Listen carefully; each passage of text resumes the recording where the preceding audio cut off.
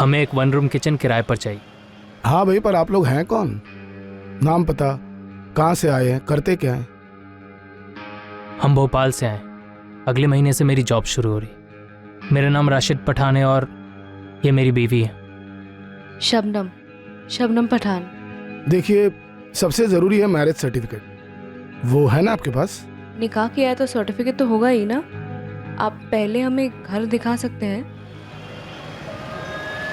આપાનગર police station સાંજટ નાકાના જંગલમાં એક બળી ગયેલ બોડી જોવામાં આવી છે. તત્કાળ ત્યાં પહોંચો.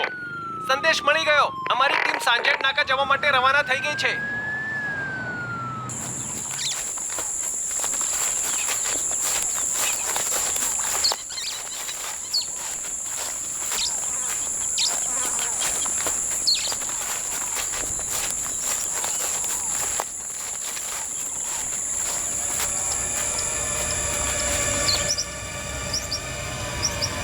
चला एम्बुलेंस मिलवाओ सर।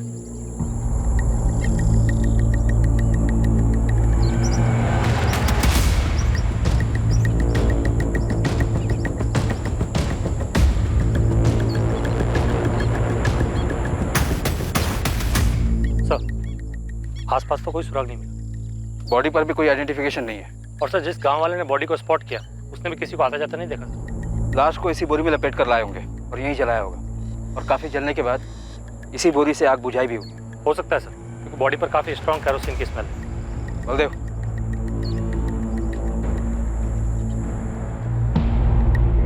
काफी यंग औरत, लड़की कहना सही होगा। एज 18 से 23 के बीच की। 18 से 23 का रेंज काफी बड़ा होता है डॉक्टर।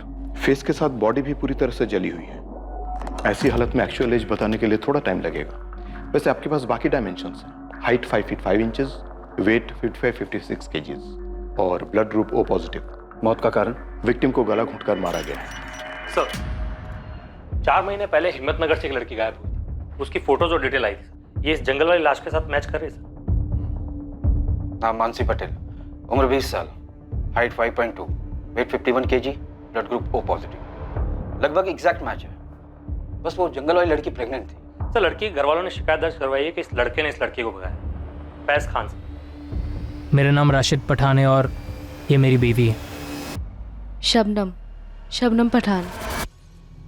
20 वर्षीय मानसी पटेल और 25 वर्षीय फैज खान जब 4 महीने पहले गायब हुए थे, तब दोनों के हताश घर वालों ने जबरदस्ती भागने के आरोप प्रत्यारोप लगाए थे। लेकिन तब ना तो उन्हें पता था और ना ही इन्वेस्टिगेशन टीम को कि इस केस की हकीकत क्या थी और आने वाले दिनों में यह केस कितना घुमावदार साबित होने वाला था। साहब, ये कहाँ लिखा है कि सिर्फ लड़का ही लड़की को भगाता है? अरे आजकल की लड़कियां कुछ कम है क्या? सर, इस औरत को बोलिए मेरी बेटी पर उंगली ना उठाए। इस औरत का क्या मतलब? तमीज से बात करो, समझे? इनका लड़का परेशान करता था हमारी मानसी को। जरूर इन लोगों ने कुछ खिला पिला दिया होगा मेरी बेटी को। इन लोगों ने का क्या मतलब है? हमें कोई ऐसा समझ रखा है, अपनी लड़की तो संभाली नहीं जाती है। एक मिनट, जो बजाइए आप लोग, कोई कुछ नहीं बोलेगा। पुलिस स्टेशन है ये। तो बोल, इधर आओ। इनको एसआई अपनी के पास लेकर जाओ। आप लोग इनके साथ जाइए और रिपोर्ट लिखवाइए। और अब आप बोलिए। अब मैंने बताया ना, मेरा बेटा फैजल बहुत सीधा है। उसका अपना गैराज है, ऑटोमोबाइल का कोर्स किया उसने, सब अच्छा चल रहा था। इसकी बेटी ने उसे लपेटे में ले लिया है, फांस लिया है उसे। बड़ी मुश्किल से हमने उस लफंगे को अपनी बेटी मानसी से दूर किया है। हम तो अपनी बेटी की ग्रेजुएशन पूरे होने का इंतजार कर रहे हैं ताकि उसकी शादी कर सके। हमारी अपनी बिरादरी। देखिए, वो लड़की हमें घर में चाहिए ही नहीं, और ना ही चाहिए उस बिरादरी की चिट्ठी। साहब, आप लोग तुरंत इस पे एक्शन लीजिए, वरना मामला सांप्रदायिक बनाकर दोनों तरफ के ठेकेदार इस पर कूद पड़ेंगे। देखिए मैडम, दंगे वंगे छिड़ जाएंगे, जो हम बिल्कुल नहीं चाहते हैं। हमें तो बस हमारी बेटी सही सलामत लौटा दीजिए। शांति बनाए रखिए, हम मानसी को ढूंढ लेंगे और पक्का ढूंढ लेंगे। आपके पास उसकी कोई तस्वीर है? साहिल, भाई की तस्वीर होगी ना तेरे मोबाइल पर? दिखा इन्हें। हाँ, दिखा दो।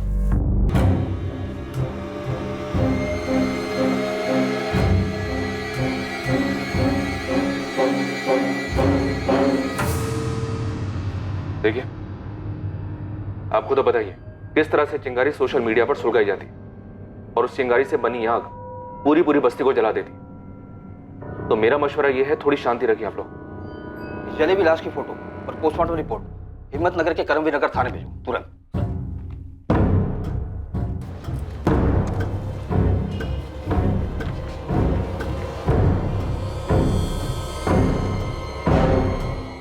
4 महीने प्रेग्नेंट थी।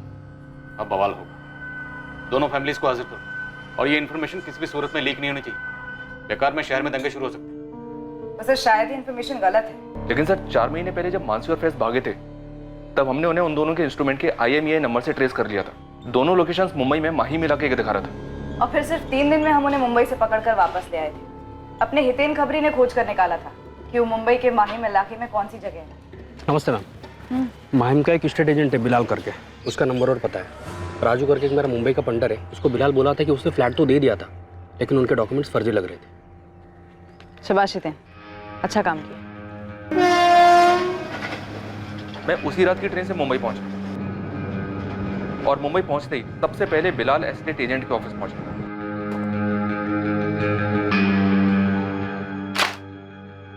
ये डॉक्यूमेंट्स फर्जी हैं बिलाल। सर पढ़े लिखे और शरीफ मालूम हुए और मार्केट डाउन है, इसलिए जो पहले मिला जो पहले आया बस फ्लैट चिपका दिया। ये राशिद पठान दरअसल फैज खान है, हमारे हिम्मतनगर का, और ये मानसी पटेल है। और जो फ्लैट तुमने इन्हें चिपकाया ना, उसका एड्रेस और इस लड़के के ऑफिस का एड्रेस तुरंत दो। फैज वहीं कुरियर कंपनी में जॉब कर रहा था, उसे वहां से उठाया और मानसी एक खाली घर को सजा रही थी, उसे वहां से उठा लिया गया। फिर दोनों को बाई रोड मुंबई से यहाँ हिम्मतनगर ले आए। दोनों बहुत गुस्से में थे। 3 दिन में हम असली शादी कर रहे हैं, आप हमें ऐसे कैसे गिरफ्तार कर सकते हैं? तुमने जो ये नकली की शादी की है, समझ लो उसी के लिए गिरफ्तार हुई हो। हम दोनों बालिग हैं सर, आप भी जानते हैं आप ये जो कर रहे हैं वो गैर कानूनी है। आप लोग हमें इससे रोक नहीं सकते, ना ही हमारे घर वाले। अगर वो लोग तुम दोनों को अपनी जिंदगी जीने से रोक रहे हैं तो उनके खिलाफ शिकायत करो, बजाय इसके कि फर्जी डॉक्यूमेंट्स बनवाओ। बालिग हो तो बालिगों की तरह पेश आओ ना।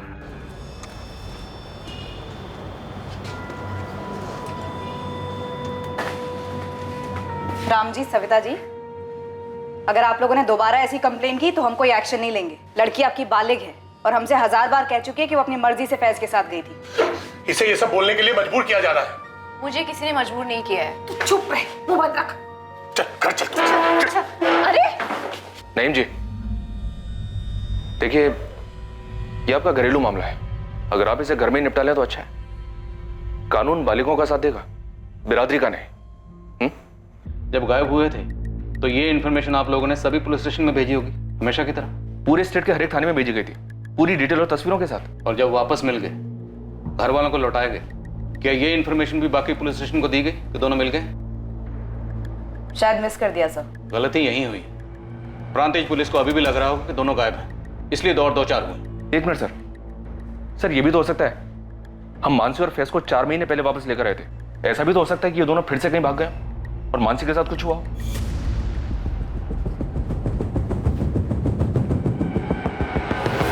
पुलिस को अब एक चौंकाने वाली खबर मिलने वाली थी और मानसी पटेल मर्डर केस की तहकीकात एक भवंडर में भंवर का अनुभव देने वाली थी।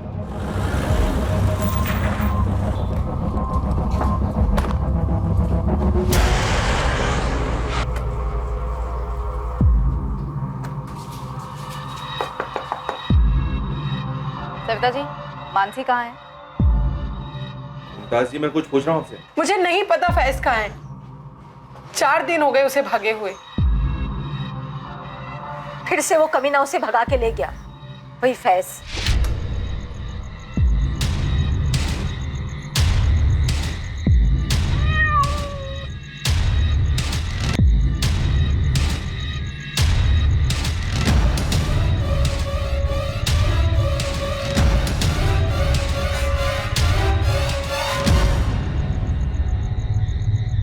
फैज के साथ आखिरी बार बात कब हुई थी आपकी? बताया तो 4 दिन पहले भागे हैं वो। उसके बाद बात ही नहीं करने दी होगी उस लड़की ने। तो फिर आपने कंप्लेंट क्यों नहीं की? की थी मैडम, मैं और मानसी के बापू आए थे आपके थाने। कब? 4 दिन पहले। सुबह मानसी गायब हुई थी और दोपहर में हम लोग आए थे। आप लोग उठिए और जाइए यहाँ से। पहले आप हमारी शिकायत तो दर्ज कीजिए। वो फैज खान फिर हमारी बेटी मानसी को भगा कर ले गए। आप लोगों को पिछली बार बोला गया था कि वो दोनों बालिग हैं, हम उनके निजी मामले में दखल नहीं दे सकते। अब आपकी शिकायत दर्ज नहीं होगी, बिना नाटक के जाइए यहाँ से। हम एक बार मैडम से मिलने तो दीजिए। वो नहीं मिल सकती, बोला जाइए आप दोनों। आप राम जी को लेकर कल सुबह हिम्मतनगर सिविल हॉस्पिटल में आ जाइए। हॉस्पिटल? क्यों? प्रांतिज पुलिस को एक लाश मिली है। हाइट, बॉडी, ब्लड ग्रुप, उम्र सब कुछ मानसी से मिलता है। कत्ल के वक्त वो 4 महीने प्रेग्नेंट थी। राम जी, ये मानसी ही है। साहब, फेज हमारी सुनता ही नहीं था। इस बार पक्का इरादा करके भाग गया वो उस लड़की के साथ। तो आखिरकार आप कबूल करते हैं कि आपका बेटा फैज खुद अपनी मर्जी से मानसी के साथ भागा था? 1000 बार समझाया उसे, लेकिन उसके सर पे जैसे कोई जुनून सवार था। मानसी को कुछ दिखाई नहीं दे रहा था, उसे कुछ सुनाई नहीं दे रहा था।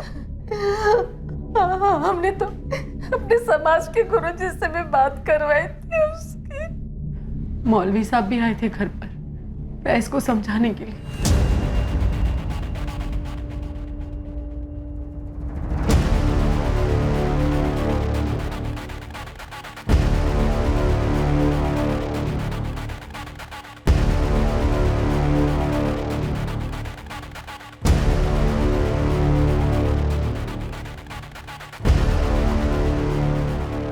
बिरादरी का तो छोड़िए, माँ बाप का भी ख्याल नहीं किया और पीछे अपना ये मोबाइल छोड़ गया था।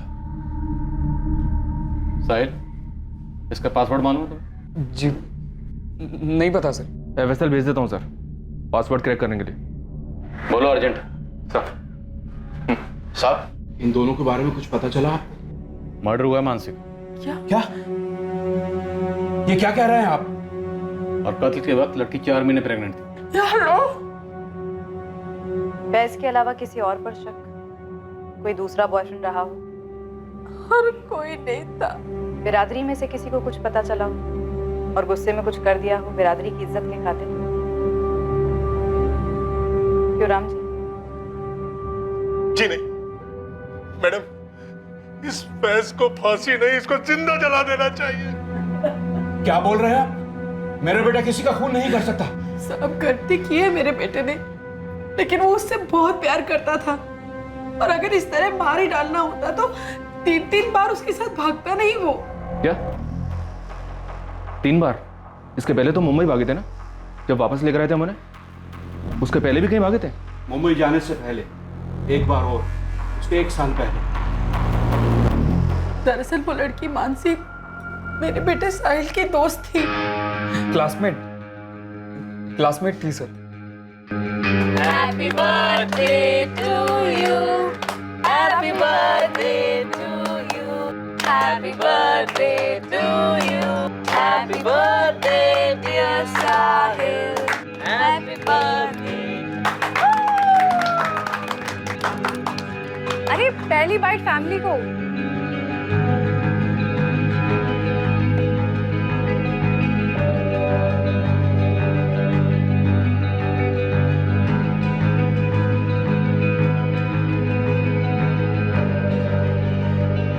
अब 2 साल से दोनों का चक्कर चल रहा था। फैज उसे गैराज के ग्राहकों की गाड़ी में घुमा रहा था। ये गैराज फैज का अपना? जी साहब, फैज और उसके 2 दोस्त हेतल और चेतन ने मिलकर खोला था। उस बीच फैज और मानसी के बीच क्या चल रहा था ये हम लोगों को बिल्कुल मालूम नहीं था। इस चक्कर के बारे में तो साहिल को भी कुछ नहीं पता था। जी नहीं मालूम था सर। पहली बार साहब जब फैज रात को देर से आया तो हम लोग बहुत परेशान हो गए थे। रात भर ढूंढा हमने उसे, पर वो कहीं भी नहीं मिली। हम पुलिस के पास जाने के लिए निकल ही रहे थे कि मानसी वापस आ गई।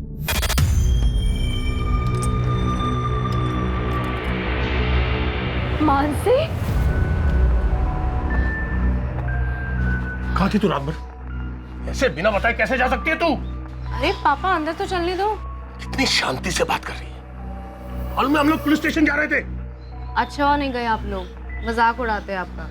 लेकिन कहाँ थे बेटा तू रात भर? एक फोन तो कर देती ना। अरे मेरे फोन की बैटरी ऑफ हो गई थी, चार्जर नहीं था इसलिए कॉल नहीं कर पाया।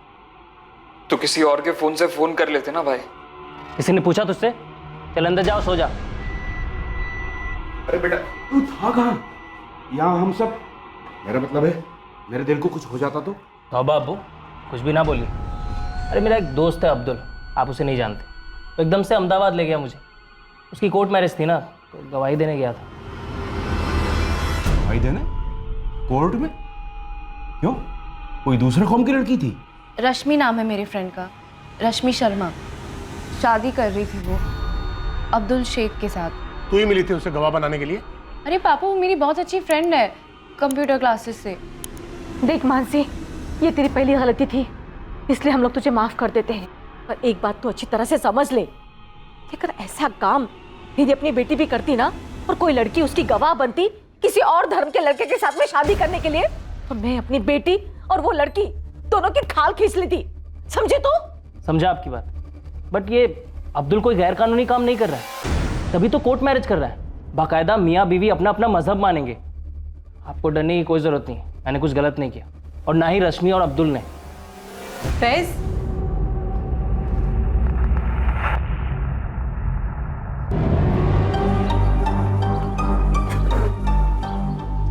हमारा एक्सपेरिमेंट पूरी तरह से फेल नहीं हुआ है फैज। हाँ, ये तो एक दिन के लिए था, पर अगर हम 5-6 दिन के लिए भागे, तुम्हें क्या लगता है हमारे माँ बाप पुलिस में नहीं जाएंगे?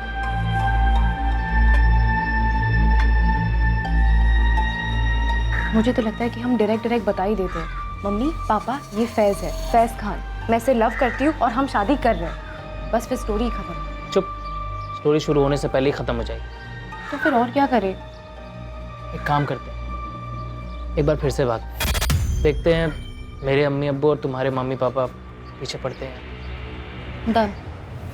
कभी? और जब दूसरी बार भागे तो आप ही लोग 3 दिन में मुंबई से उन्हें ढूंढकर वापस ले आए थे। सब कुछ ठीक ही था, हमें लगा दोनों एक दूसरे को भूल गए, और फिर 4 दिन पहले फिर भाग गए। मैंने इससे कहा कि हम पुलिस में गए तो बदनामी हमारी होगी। आखिर लड़की को लेकर हमारा लड़का ही भागा है ना। साहब, मेरा बेटा उस लड़की से बहुत प्यार करता था। जिस लड़की की बात आप कर रही हैं, कत्ल हो चुका उसका। कत्ल के वक्त लड़की 4 महीने प्रेग्नेंट थी। कैसा प्यार था ये? साहब, मैं आपसे कह रही हूँ, वैसे उस लड़की का क्या किसी का कत्ल नहीं कर सकता है। तो फिर मानसी को कौन मार सकता है? आपकी बिरादरी में या खानदान में ऐसा कोई है जो इन दोनों के इस रिश्ते को जानता है और जो इसके सख्त खिलाफ है?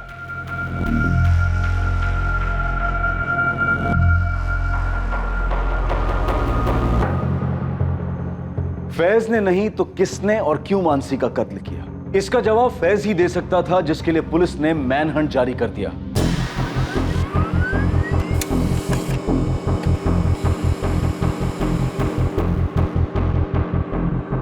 पूरे गुजरात, मुंबई और आसपास के सभी छोटे बड़े शहरों में फैज खान के डिटेल्स भेजे गए। हर मुमकिन खबरी नेटवर्क को एक्टिव किया गया। एक लड़का और एक लड़की जो एक दूसरे से बेहद प्यार करते थे और पहले भी 3 बार भाग चुके थे, वो उसका मर्डर क्यों करेगा? पर इस केस के कुछ और पहलू थे जो आगे जाकर खुलने वाले थे।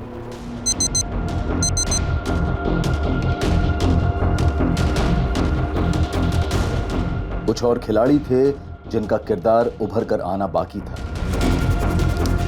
पर फिलहाल सारा शहर तनाव की गिरफ्त में आ चुका था। कौमी फसाद करवाने वाले घात लगाए बैठे थे। पुलिस जबरदस्त दबाव में थी फैज को ढूंढकर मानसी के कत्ल की सच्चाई को सामने लाने के लिए। पर इस सब के परे दूर, काफी दूर एक और कहानी लिखी जा रही थी। असल में कलम से कागज पर लिखी जा रही थी।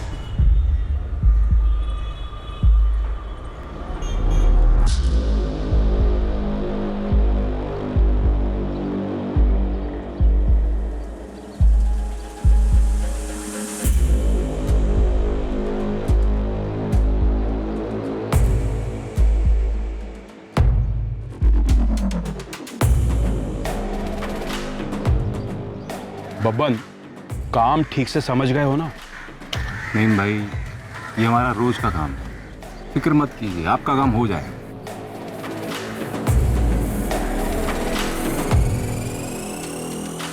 लखन, किसी को कानो कान खबर नहीं होनी चाहिए, और पुलिस को तो बिल्कुल भी नहीं। अरे रामजी भाई, शांति रखो। आपने बोल दिया ना मामला घरेलू है, बस घर तक ही रहेगा। अब ये घरेलू मामला नहीं रहा साहिल। मानसी का मर्डर हुआ और मर्डर के वक्त वो 4 महीने की प्रेग्नेंट थी। तुम्हारे भाई की गर्लफ्रेंड थी, दोस्त तो तुम्हारी भी थी। सर मैं सच कह रहा हूँ, मुझे कुछ नहीं पता। साहिल, तुम 4 महीने पहले में काफी नर्वस दिखाई दे रहे थे। हालत तो अभी भी पतली है तुम्हारी। बोलो, क्या छुपा रहे हो? अरे बोलो, डरो मत, बोलो। सर मैं सच ही कह रहा हूँ, मैं बचपन से ही नर्वस हूँ सर। आप चाहे तो किसी से भी पूछ लीजिए। तुम्हें क्या लगता है मर्डर फैज ने किया? मानसी तुम्हारे भाई फैज की गर्लफ्रेंड थी, जब प्रेग्नेंट हुई तो मार डाला उसने। नहीं नहीं सर, मुझे नहीं लगता भैया ऐसा कुछ भी कर सकते। तुम्हारे कॉल रिकॉर्ड्स आजकल में आने वाले हैं। अगर हमें पता चला कि तुमने कुछ झूठ बोला है या हमसे कुछ छुपाया है तो बॉस, तुम्हारे भाई की कुटाई बाद में होगी। उसका ट्रेलर पहले तुम देखो। अपने दोस्त फैज को बचाने की कोशिश भी मत करना। सच कह रही हूँ, चेतन और हेतल तुम्हारे नटबोल्ट खोले जाएंगे। मैडम हम खुद परेशान हैं कि फैज कहाँ है और क्या हुआ है उसके साथ में। मैडम हम पूरे दावे से कह सकते हैं कि फैज ने मानसी का मर्डर नहीं किया है। हमें लगता है कि जात पात के चक्कर में उसका भी किसी ने मर्डर कर दिया है। तो कौन है, नाम लो। डरो मत, हम हैं। किसी का नाम नहीं ले सकते हम, क्योंकि हमें सच में मालूम नहीं है। मालूम नहीं है या डरे हुए हो? डरना है तो हमसे डरो, और जब फैज कांटेक्ट करे तो उसे बता देना कि मासूम है तो बाल भी बांका नहीं होगा। और अगर उसने कुछ किया है तो छुप ले जब तक छुप सकता है। ढूंढ तो हम उसे लेंगे ही।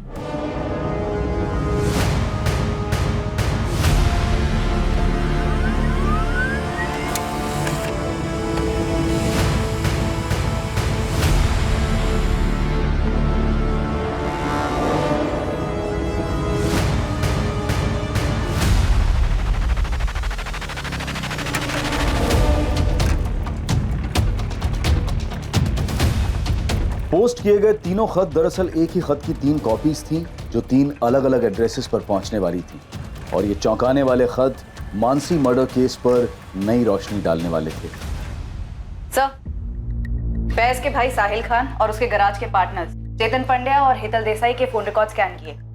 कुछ शक करने जैसा तो नहीं निकला है। भाई साहिल खान पे स्पॉट डालना होगा। वो जिस तरह से नर्वस रहता है, उसकी बॉडी लैंग्वेज से लगता है कि फैज खान के बारे में पक्का कुछ जानता है। और ये एक लेटर है आपके नाम। आज के जमाने में लेटर कौन भेजता है? किसने भेजा? फैज खान?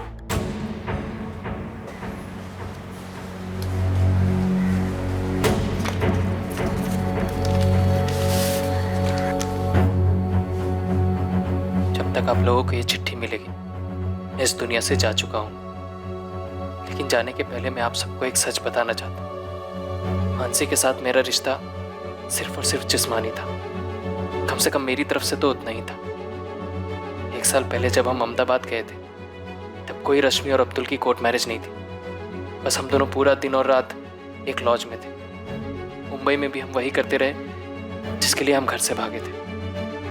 पर जब पुलिस ने हमें पकड़कर वापस लाया और सभी बड़ों ने मुझे समझाया, तब मैंने सोच लिया था कि अब मुझे मानसी से ब्रेक ऑफ करना है।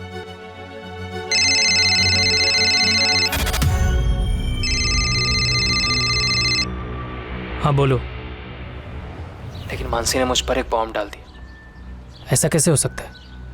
तुमने तो कहा था सेफ है। तो हो गया तो मैं क्या कर सकती हूँ? अब हमें शादी करनी होगी फैज। हम अहमदाबाद चले जाते, कोर्ट मैरिज कर लेते कल ही। शादी कोई इंस्टेंट कॉफी नहीं है कि बस कर ली। उस दिन लॉज रूम में तुमने ये सब नहीं सोचा था? जो भी हुआ वो हम दोनों की मर्जी से हुआ। मैंने कोई जोर जबरदस्ती नहीं की थी तुम पे। तो शादी करना तुम्हारी मर्जी नहीं है?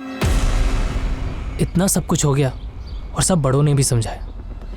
मानसी, मुझे लगता है हम दोनों की भलाई इसी में है कि हम अब अलग हो जाएं। देखो, तुम इस बच्चे को अबॉर्ट कर दो, जो भी खर्चा आएगा मैं पे करूंगा। फैज, या तो कल सुबह तुम अहमदाबाद में मुझसे शादी करोगे या फिर कल सुबह मैं पुलिस में जाके तुम पे किडनैपिंग और रेप का केस ठोक दूंगी, समझे? फिर देखो कैसे पे करोगे। मानसी, पिछले 2 बार की तरह मैं आज रात को भी 3 बजे निकलूंगी। तुम मुझे हाईवे पे मिलना और अभी इसी वक्त अहमदाबाद के किसी लॉयर को हमारी शादी के लिए अरेंज कर लेना, वरना तुम बहुत पछताओगे फैज।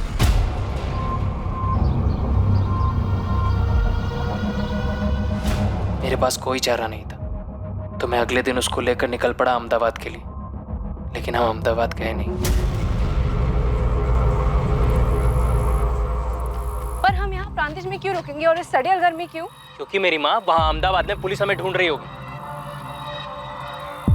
पर हमारी शादी हो जाए फिर वो तो क्या, उनका बाप भी हमें नहीं टच कर सकता। मैंने उससे झूठ बोला उसका भरोसा जीतने के लिए, ताकि मैं अपना मकसद पूरा कर सकूं।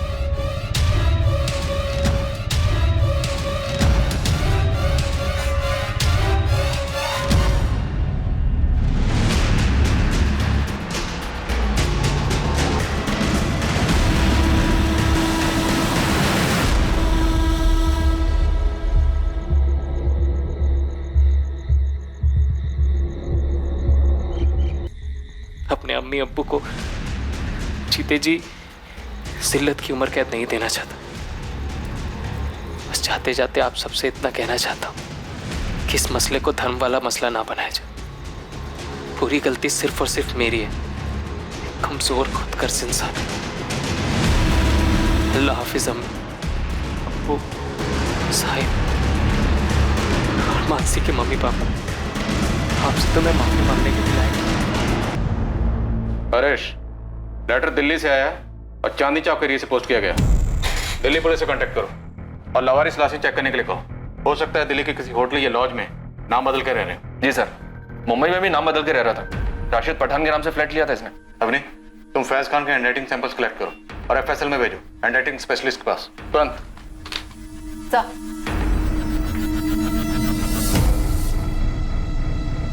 अब तो पुलिस को भी कोई शक नहीं होना चाहिए कि हमारी मानसी को इस फैज ने ही मार डाला। मैं तो शुरू से ही कह रहा था कि लड़का गलत है, गलत है।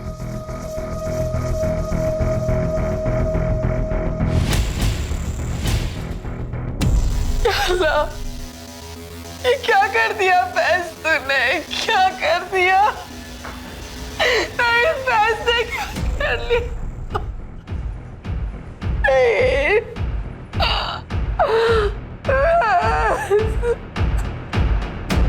इस केस की कई परतें खुलने लगी थीं और कुछ परतें उस लेटर में थीं जिसका वेरिफिकेशन फॉरेंसिक लैब करने वाली थी।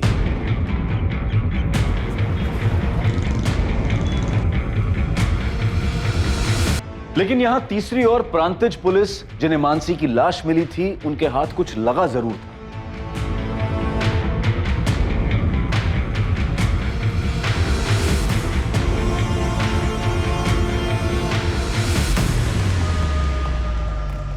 सर, ये जंगल के बाहर का सीसीटीवी है जहां से उस रात को ये गाड़ी गुजरी, और यहीं से लगभग 1 किलोमीटर अंदर हमें मानसी की जली हुई लाश मिली थी। पोस्टमार्टम रिपोर्ट भी यही कहती है कि लाश रात को 1 से 1.5 के बीच चली थी और ये कार 1:33 पर वहां से निकली। हो सकता है कि इस कार में मानसी की लाश लाई गई हो और ये आदमी फैज से कनेक्टेड हो। जाला, इस कार को ट्रेस करो। वैसे भी हमें काफी देर हो चुकी है, काश ये फुटेज हमें काफी पहले मिल गई होती। यहां प्रांतिज पुलिस को एक रहस्यमयी गाड़ी की लीड मिली और वहां हिम्मतनगर पुलिस के हाथ भी एक बहुत बड़ा सुराग लगा जब फाइनली फैज के सेल फोन के पासवर्ड को क्रैक कर लिया गया और अब सामने आया एक चौंकाने वाला नया angle. Happy birthday, dear Sahil.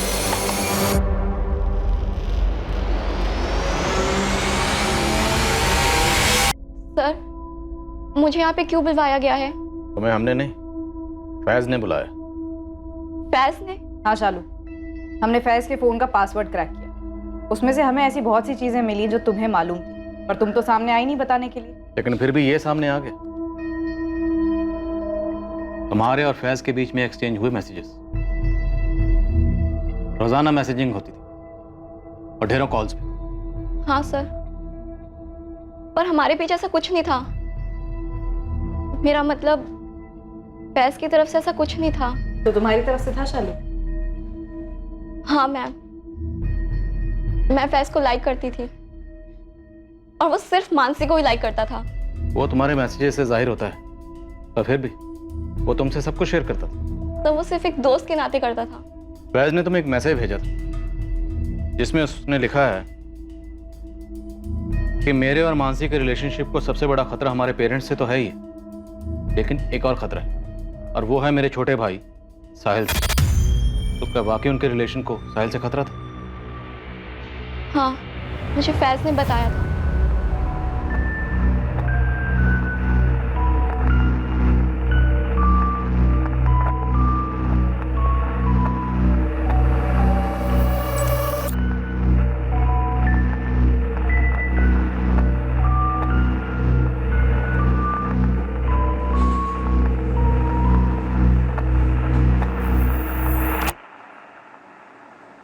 Actually Mansi Faiz को साहिल के बर्थडे पर मिली थी 1 साल पहले ही, और उस दिन साहिल मानसी को प्रपोज करने वाला था।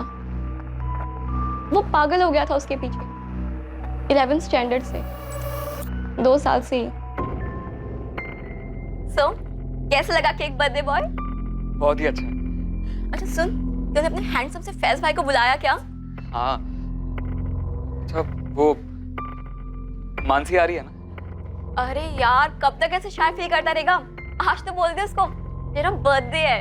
हाँ यार शालू, मैंने ना आज डिसाइड कर लिया कि मैं मानसी को प्रपोज करके ही रहूंगा, कुछ भी हो जाए। अरे पहली बाइट फैमिली उस दिन 2 लोगों के दिल टूटे थे सर, एक तो साहिल का ऑब्वियसली और दूसरा मेरा। तो इस बात की तगड़ी पॉसिबिलिटी है कि साहिल ने फैज और मानसी को मारा होगा, और वो लेटर्स भी उसी ने पोस्ट किए होंगे। क्या बात कर रहे हैं सर, साहिल एक मक्खी तक नहीं मार सकता। शालू, तुम्हें सब कुछ खुद आकर बताना चाहिए था, पर अब साहिल बताए। परेश, हाँ साहिल। सर मेरी बात सुनिए सर, साहिल ऐसा नहीं कर सकता सर, मेरी बात समझिए तो सी, वो नहीं करेगा ऐसा।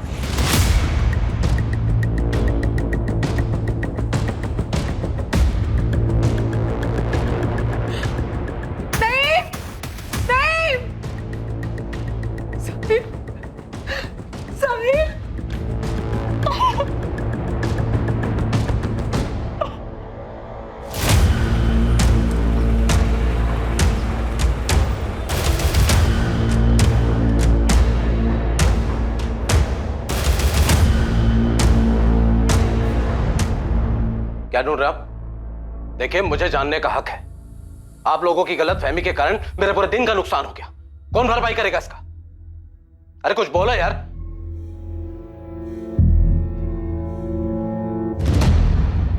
क्या है ये? रात में मेरी गाड़ी बस रास्ते से गुजर रही है, और क्या? ये उस रात की फुटेज है जब जंगल में एक औरत की लाश ठिकाने लगाई गई थी। तो मैंने ठिकाने लगाई? तुम्हारी गाड़ी गुजरी जंगल से, शॉर्टकट रास्ता है। मेरे अलावा वहां से हजारों लाखों गाड़ियां गुजरती है और गुजरती भी रहेंगी। उस रात तुम क्या कर रहे थे वहां पर? रंजीत में मेरी बेटी का घर है, नादी का जन्मदिन था, हिम्मतनगर से वापस आ रहा था और आप यहां पर बैठकर लाश वाश की बात कर रहे हैं। सर गाड़ी में कुछ नहीं मिला सर। ठीक है, तुम जा सकते हो। खाली पीली टाइम खोटी करके रख दिया है। बेकार में कुछ ज्यादा नहीं चिल्ला रहा था ये? चोर की दाढ़ी में तिनका। सर इस अरविंद पारी के पीछे खबरें लगा देता। साहिल कहाँ है? साहब हम बोल तो रहे हैं, हमें नहीं मालूम। नहीं, तुम्हें अल्लाह का वास्ता, हम एक बेटा खो चुके हैं, दूसरा नहीं खोना चाहते। लेटर इन्हें दे दो, दे दो।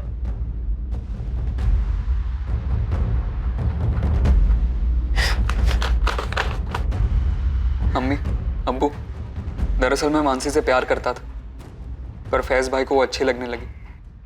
मुझे इस बात से बहुत तकलीफ थी। मुझे पता चला था कि मानसी भी घर से गायब थी। ठीक तभी जब फैज भैया गायब हुए थे, मैंने 2 और 2 साथ में जोड़ लिया कि भाई और मानसी साथ में ही गायब हुए होंगे। और मैंने भाई से पूछा, कल दिन भर और रात भर आप मानसी के साथ थे ना? हाँ, तो अम्मी अब्बू को बोलेगा, चुगली करेगा मेरी? मानसी मेरी गर्लफ्रेंड है, तुझे प्रॉब्लम है इससे? हाँ है प्रॉब्लम, क्योंकि मैं भी लाइक करता हूँ उसे 2 साल से। अबे ढक्कन, पहले क्यों नहीं बताया? आपको सब पता था भाई, मैं दिन भर उसके बारे में बातें करता था। मेरे बर्थडे पे भी पहला केक मैंने उसे खिलाया था। आपको सब पता था भाई। देख, अचकानी बातें मत। तूने कभी मानसी से कुछ कहा या मानसी ने तुझे कुछ बोला? नहीं ना? देख, मानसी अब मेरे साथ है, तुझे समझना पड़ेगा। नहीं समझना है मुझे। देखो भाई, अगर आपने मानसी के साथ कुछ भी गलत किया ना, तो मैं मार डालूंगा आपको, और फिर खुद को। इसमें हम क्या कर सकते हैं सर? फैज ने मारा हो या साहिल ने मारा हो, इनके पूरे खानदान को जेल में डाल दीजिए सर। जिसने भी मारा है हमारी बेटी को, हमें सिर्फ इंसाफ चाहिए। साहब हमें तो लगता दाल में अभी भी कुछ काला है। मेरे दोनों बेटे, हमारी परवरिश इतनी गलत नहीं हो सकती। देखिए, फिलहाल तो यही लगता है कि फैज ने मारा, और उसने मारने के बाद चिट्ठियां भिजवाई। अब खुद फरार हो गए। दिल्ली में फैज की लाश नहीं मिली, या फिर हो सकता है कि साहिल ने मारा और वो चिट्ठियां किसी और से भिजवाई उसने। लेकिन वो दिल्ली गया ही नहीं। किसी और से भिजवाई हो, चिट्ठियां भिजवाना मुश्किल नहीं। सर, फोरेंसिक लैब से फोन आया था। हैंडराइटिंग एक्सपर्ट ने दोबारा चेक किया, वो हैंडराइटिंग फैज की नहीं है। अब नहीं, साहिल के लिए तुरंत रेड अलर्ट जारी करो, बच के नहीं निकलना चाहिए। साहब, इस बार तगड़ी खबर लाया हूँ। नईम खान, लड़के का बाप, उसने बबन कुरैशी को पैसे दिए। मानसी को मारने के लिए? अब वो तो बबन से निकलवाओ ना आप। चल ठीक है, और कुछ? ये तो आधी खबर है साहब, और एक सुपारी गई थी। अब किसकी? रामजी पटेल, लड़की का बाप। उसने हिस्ट्री शीटर लखन पांडे को पैसे दिए। फैज की सुपारी? ये क्या खिचड़ी है? खिचड़ी उनकी अम्मा बोलिए साहब, और आगे भी सुनिए। जैसे ये फैज का सुसाइड वाला स्टोरी निकला ना, रामजी पटेल ने तुरंत लखन पांडे को फोन करके कॉन्ट्रैक्ट कैंसिल कर दिया। मैं तो कहता हूँ साहब, नईम खान और रामजी पटेल को टटो। सर, चोर की दाढ़ी में तो वाकई बहुत बड़ा तिनका दिखा सर। कोई कनेक्शन मिला उस अरुण पारिक का? बिल्कुल सर, खबरी रामचंद को लगाया था इसके पीछे, और उसने बताया कि अरुण पारिक की बहुत ही खास दोस्त थी। सोचिए किसके साथ? फैज खान की फैमिली से? नहीं सर, मानसी पटेल के फादर रामजी पटेल के साथ।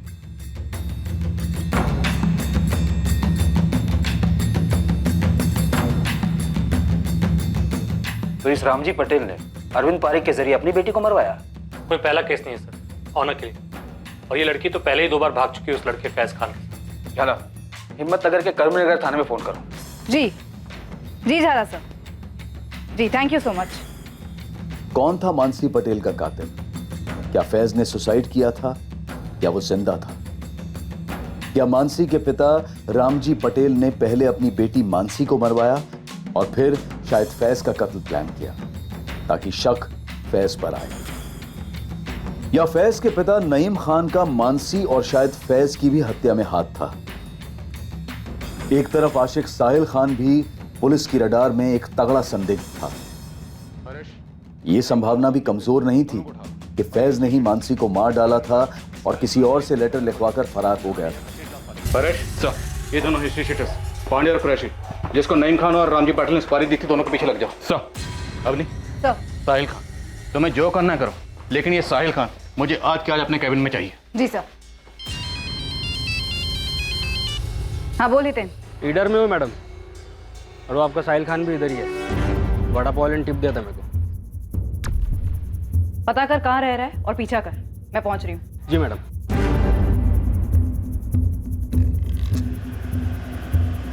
कुछ तो बोलिए, क्यों उठाया है हमें? सब कुछ तो खत्म हो गया है, अब क्या बात करनी है आप लोगों को हमसे? मेरी बेटी मानसी वापस तो नहीं लौटाएगी ना?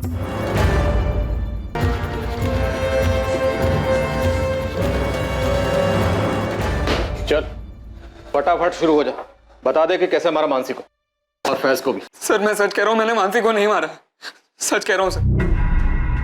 हाँ, लेकिन मैंने भाई का और मानसी का रिश्ता तोड़ने का ट्राई जरूर किया था। जब पहली बार भाई और मानसी भागे थे और मेरा भाई से झगड़ा हुआ था, तब ना मेरे अम्मी अब्बू को पता था मानसी के बारे में और ना मानसी के माँ बाप को पता था, पर मैंने उन्हें बताया। हेलो रामजी पटेल, तुम्हारी बेटी मानसी कल दिन भर और रात भर फैज खान नाम के एक मैकेनिक के साथ थी। क्या बकवास कर रहे हो? कौन हो तुम? शुभचिंतक बोल रहा हूँ सर, संभाल लो मानसी को, वरना उसकी जिंदगी तो बर्बाद होगी, साथ में खून की नदियां बहेगी वो अलग। जब दूसरी बार वो लोग भागे तो मेरी जान ही निकल गई थी। सोचा वो लोग शादी वादी कर लेंगे तो, लेकिन फिर आप उन्हें वापस पकड़ कर लाए। तब मैंने सोचा कि अभी नहीं तो कभी नहीं। फिर मैं मानसी से मिला सर। मानसी, दरअसल मैं तुम्हें 2 साल से ये बात करना चाह रहा था, पर कभी हिम्मत ही नहीं कर पाया। क्या? Actually I love you. Sahil, क्या मैंने तुझे कभी कोई सिग्नल? तू मेरे लिए बस एक ओके, मत कहो। तो तुमने क्यों कहा इडियट? तुम मेरे लिए एक बहुत ही गुड और स्वीट फ्रेंड हो, और फैज के बाद उसके छोटे भाई। तो ये नॉनसेंस ना अपने दिमाग से निकाल दे। वो तो मुझसे नहीं होगा। फैज से मैं ब्रेकअप कर चुकी हूँ। हमारे बीच जो कुछ भी हो, अगर मैं उसे बुला सकती हूँ ना। साहिल तुम बात ही मत करो। देखो, फैज भाई को ये मीटिंग के बारे में कुछ मत बताना प्लीज। मानसी, तुम्हें मेरी कसम।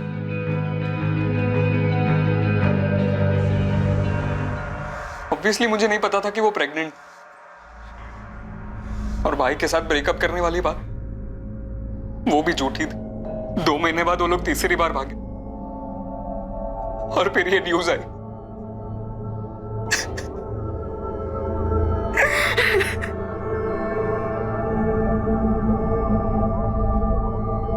सर, परेश सर नईम खान और रामजी पटेल को ले आए।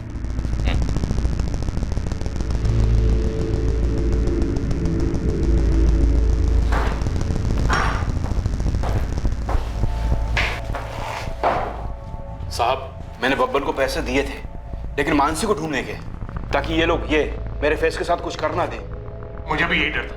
मुझे फैज को अपने कब्जे में रखना था ताकि ये लोग मानसी को छोड़ दें, लेकिन उस फैज ने ही मानसी को मार दिया और मेरे फैज ने खुद की जान ले ली। फैज की लाश नहीं मिली अभी तक। दिल्ली पुलिस ने सारी लावारिश लाशें चेक कर ली। साहब हो सकता है खुदकुशी ना की हो, इन्हीं लोगों ने मरवा दिया हो। क्या पकड़े हो? कुछ भी बोल रहे। शुरू से देख रहा हूं तुम दोनों को, बब्बन कुरैशी और लखन पांडे यहीं, दोनों 24 घंटे में यहीं उल्टे लटके होंगे। फिर देखता हूं तुम दोनों को क्या बोलते हो। इस केस में कुछ ऐसे खिलाड़ी थे जिनका इस केस से कोई ताल्लुक नहीं था, कुछ ऐसे लोग जो किसी अनजान चिता पर अपने मतलब की रोटी सेक रहे थे। नीलेश बारोट एक इंश्योरेंस एजेंट, मोहित मकवाना एक सरकारी डिपार्टमेंट में आर्किटेक्ट,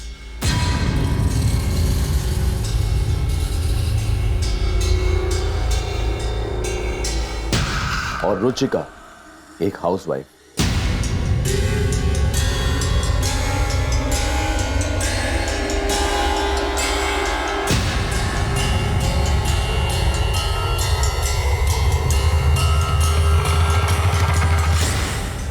इन्वेस्टिगेशन के 1 पॉइंट फोकस और खबरियों के तगड़े नेटवर्क के जरिए हिस्ट्री शीटर बब्बन कुरैशी और लखन पांडे दोनों को 24 घंटों के अंदर उनके बिलों से ढूंढ निकाला गया।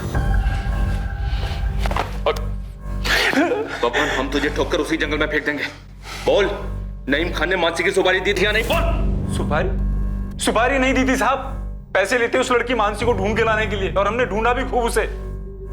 लेकिन जब उसकी लाश की खबर मिली तो मैंने नईम खान को उसके आधे पैसे भी दे दिए थे वापस।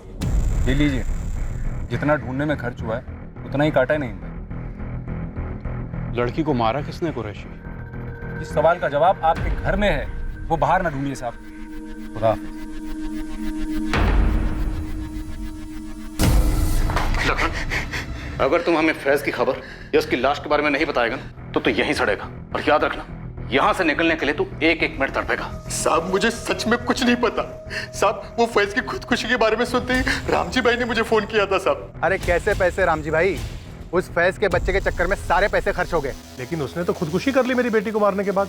देखो रामजी भाई, आपकी बेटी का मुझे खेद है, पर पैसे तो मैं लौटाने से रहा।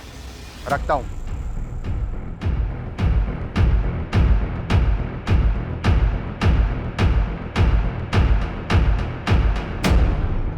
हिस्ट्री शीटर्स ने नईम और रामजी के बयानों का पुष्टिकरण किया था, पर पुलिस फिर भी उनके साथ कोई चांस नहीं ले रही थी और ना ही साहिल को क्लीन चिट दी जा रही थी। दिल्ली कौन गया था लेटर्स पोस्ट करने? मैम, मैंने कोई लेटर नहीं भेजे। मानसी मारी जा चुकी, भाई भी जा चुके, मुझे भी मार डाल, नहीं जीना है मुझे। दो परिवार अपने बच्चों को खोने से तहस नहस हो चुके थे, लेकिन दूध का धुला कोई भी नहीं था। इन दो घरों की दीवारों में अविश्वास, रंजिश और नाराजगी में लिपटी कुछ सच्चाइयां अब भी रोशनी में नहीं आई थी। पर अगली सुबह इस केस से जुड़े सभी लोगों को एक ऐसा झटका दे गई जिसके बारे में किसी ने सपने में भी नहीं सोचा था।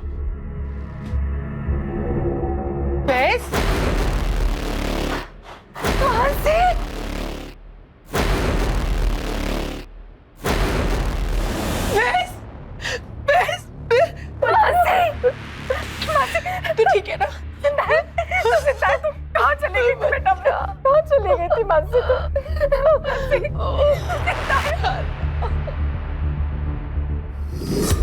तीसरी बार भागकर हम भोपाल गए थे सर। वहाँ एक कार सर्विस सेंटर में मेरी जॉब लग गई और अब हमने कोर्ट मैरिज भी कर ली। खबरें पढ़ने का टाइम ही नहीं था और इच्छा भी नहीं। फैज खान उम्र 25, हिम्मतनगर गुजरात से फरार है। इस पर 4 महीने की प्रेग्नेंट लड़की मानसी पटेल के कत्ल का आरोप है, जिसे वो भगा के ले गया था।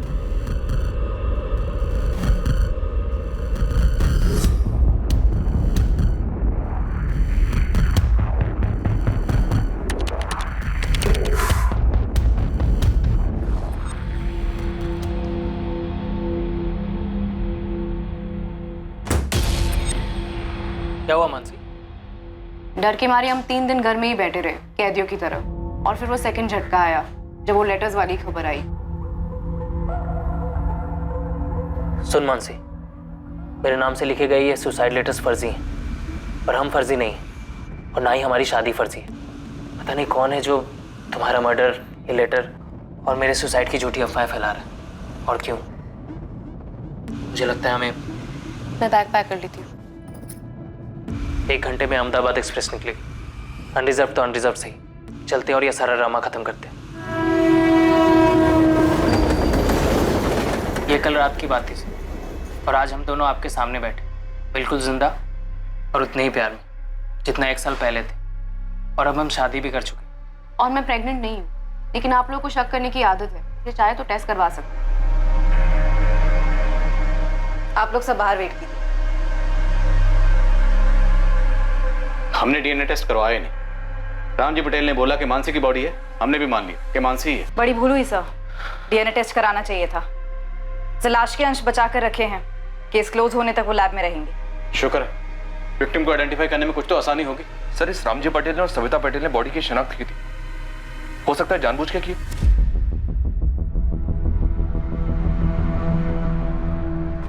रामजी, सविता और मानसी, आप लोगों सर ने अंदर बुलाया है।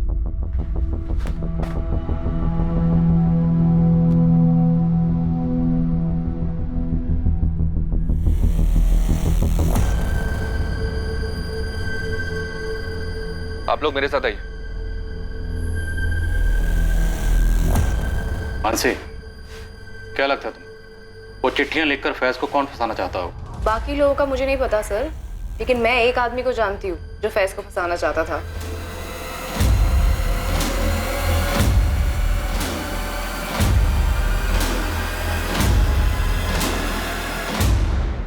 पापा मेरा फोन दो प्लीज। खा कसम, ये आज के बाद तू उस कमीने लड़के से नहीं मिलेगी। ठीक है, मैं कसम खाती हूँ मैं उससे नहीं मिलूंगी। अभी आप मेरा फोन दो प्लीज। मानसी, मुझे पता है कि तू अपनी कसम पर टिकी नहीं रहेगी, परवाह नहीं, मैंने भी कसम खाई है, लेकिन मैं अपनी कसम पर बराबर टिका रहूंगा। पूछ क्या? क्या? यही कि अगर तू फिर उस फैज के साथ भागी तो मैं उसकी जिंदगी में ऐसा झमेला करूंगा कि वो जिंदा तो रहेगा लेकिन किसी लायक नहीं रहेगा और तो खुद ब खुद घर आ जाएगी। इसलिए उसके साय से भी दूर रहना, समझी? रामजी पटेल, तुम्हारा एक दोस्त है अरविंद पारेख। हाँ है। तो जिस दिन उस औरत की लाश जंगलों में मिली, तुम्हारा ये दोस्त अरविंद पारेख उसी जंगल में देखा गया। सर ये जंगल के बाहर का सीसीटीवी, जहाँ से उस रात को ये गाड़ी गुजरी थी। कौन थी वो औरत जिसे तुमने और तुम्हारे दोस्त अरविंद पारेख ने मारकर जंगलों में फेंक दिया ताकि फैज को फंसा सको? अरविंद, मुझे निकलना होगा। ये लो, आप इसे ठिकाने लगा दो, मैं चलता हूं।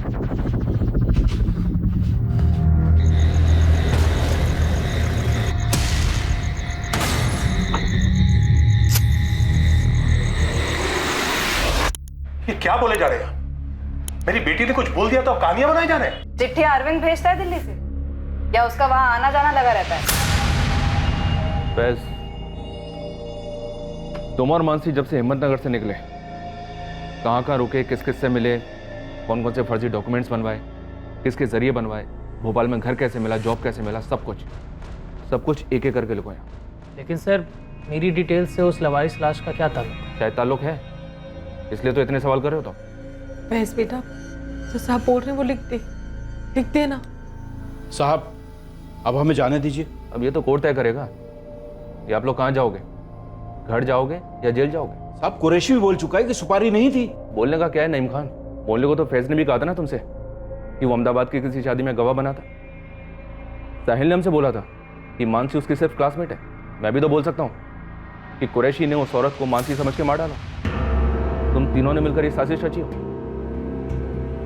अरे बेटा, जैन साहब तो यूं ही कुछ भी बोले जा रहे हैं। वही तो नईम खान, बोलने से बात सच नहीं होती है, सच होती है सबूतों से और गवाहों से। सबूत हम कुरेद के निकाल लेंगे और गवाह जहन्नुम से ढूंढ निकालेंगे। समझ में आया?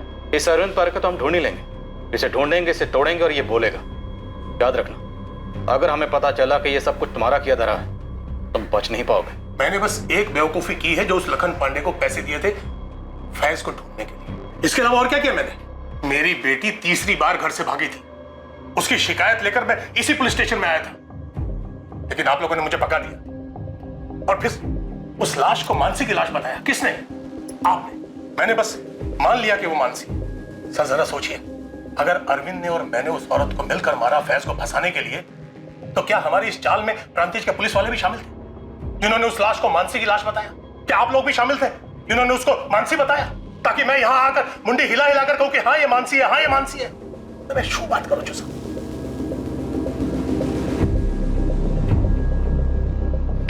बोलिए सर। फैज, मानसी, इस बात के चांसेस बहुत कम हैं कि आप दोनों में से किसी के फादर ने उस औरत को मारा या मरवाया और उसके बाद उसकी लाश को जंगल में फेंकवा दी। तो फिर किसी और ने किया होगा सर। ये किसी और, तुम दोनों तो नहीं? या फिर कहीं वो आप लोग तो नहीं? सीरियसली? नहीं, बर्थडे पार्टी में वो गेम होता था ना, पासिंग द पार्सल, लगता है बचपन में कुछ सीरियसली खेला होगा। जो तुम लोग जवानी में खेल लो, पासिंग द इल्जाम। तुम दोनों ने जिस औरत को मिलकर मार दिया, जानते थे 4 महीने की प्रेग्नेंट थी, या शायद पता भी होगा, तो तुम लोगों को इससे कुछ फर्क नहीं पड़ा होगा। फिर अपने किसी दिल्ली के दोस्त से वो लेटर्स लिखकर पोस्ट करवाए। आखिर हम क्यों करेंगे इतना ड्रामा? क्योंकि ड्रामा करना तुम्हारी आदत है। घर से 3-3 बार भाग चुके हो तुम लोग। पहली बार ड्रामा किया माँ बाप को भांपने के लिए, दूसरी बार राशिद और शबनम बनकर रहे, जब पकड़े गए वापस लाए गए, तो तीसरी बार फुल एंड फाइनल ड्रामा, ताकि कोई तुमको ढूंढे ना। क्यों नहीं हो सकता? नहीं हो सकता, क्योंकि हम कोई टेढ़े मेढ़े मर्डर करने वाले लोग नहीं है, हम कोई क्राइम शो के फैंस नहीं है, हम लव स्टोरी के फैंस हैं। क्या मारी गई औरत की भी कोई लव स्टोरी थी? और अगर थी तो वो लवली और स्वीट तो कतई नहीं थी। और उस औरत का खान परिवार, पटेल परिवार, मानसी और फैज, इन सब से आखिर क्या ताल्लुक? फैज और मानसी को सेफ हाउस दिया गया है। यह एड्रेस है। करना क्या मैडम? इन दोनों पर साहिल खान, मुमताज खान और सविता पटेल, इन सब पर नजर रखनी है। वे धनिया पत्ता लेने भी निकले ना, तो कितना लिया इसका डिटेल भी चाहिए मुझे। मिल जाएगा मैडम। वैसे गुस्सा की माफ़ हो, अब ये केस आप लोगों का नहीं बनता ना? लेकिन एक जिम्मेदारी तो बनती है ना हितेन। किसी ने हमारे साथ खेल खेला है ये चिट्ठियां भेजकर, और ये लेटर राइटर अगर हमारे संदिग्धों में हुआ तो ये केस अब भी हमारा है।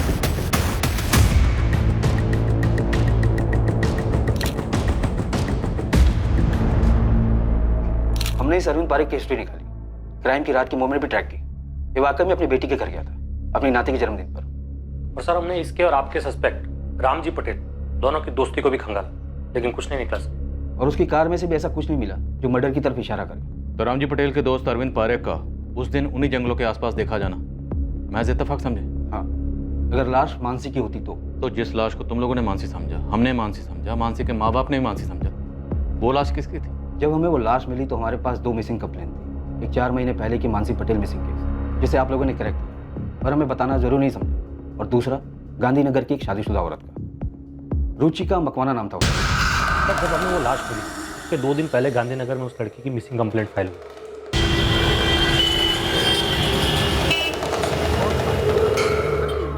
किसी पर शक? जी, उसका पति मोहित मकवाना। रुचिका को डिवोर्स चाहिए था और उसका पति मना कर रहा था। दोनों के बीच में मारपीट भी हुई थी। उसने रुचिका को जान से मारने की धमकी भी दी थी सर। ये मोहित करता क्या था? आर्किटेक्ट है। फोन नंबर और पता?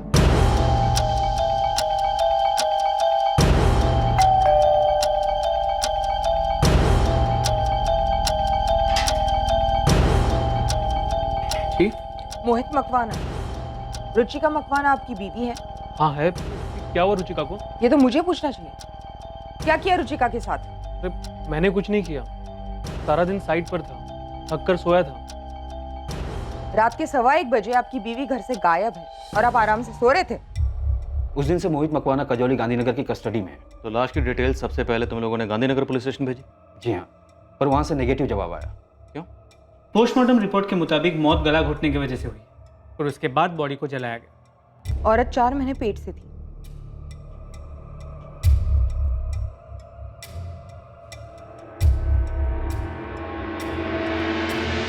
तो ये आपकी बेटी रुचिका नहीं है? हमारी रुचिका प्रेग्नेंट नहीं है सर।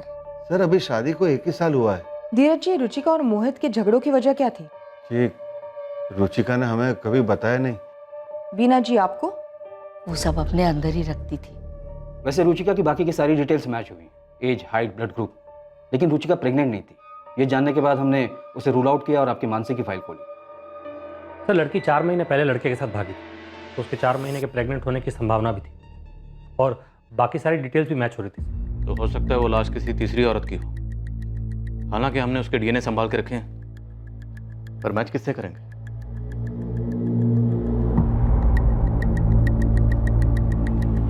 हो सकता है सर लाश को किसी और जगह से लाया गया और उसे जलाकर प्रांतिज में फेंक दिया हो। गरीब औरत होगी, आगे पीछे कोई नहीं। हमारे संदिग्धों में से किसी ने मारा, हमें गुमराह करने के लिए। ये जली हुई लाश फैज और मानसी के केस से कनेक्टेड तो बिल्कुल है। भले इस वक्त हमारे पास कोई पुख्ता सबूत नहीं है, पर वो लेटर्स उन्हें नज़रअंदाज नहीं कर सकते। वो पक्का किसी साजिश का हिस्सा।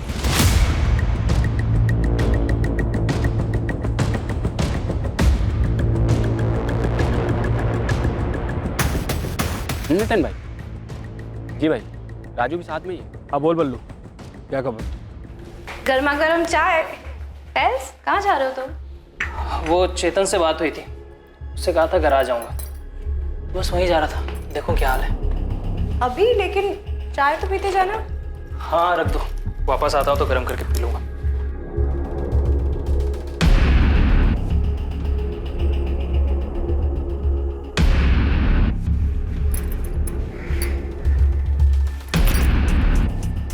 हेलो हेतल, मानसी।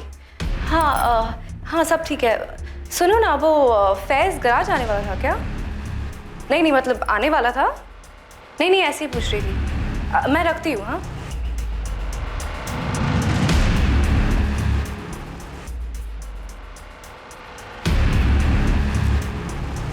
और 4 महीने प्रेग्नेंट थी, तो किसी ना किसी गायनेकोलॉजिस्ट के यहाँ तो रजिस्टर्ड रही होगी।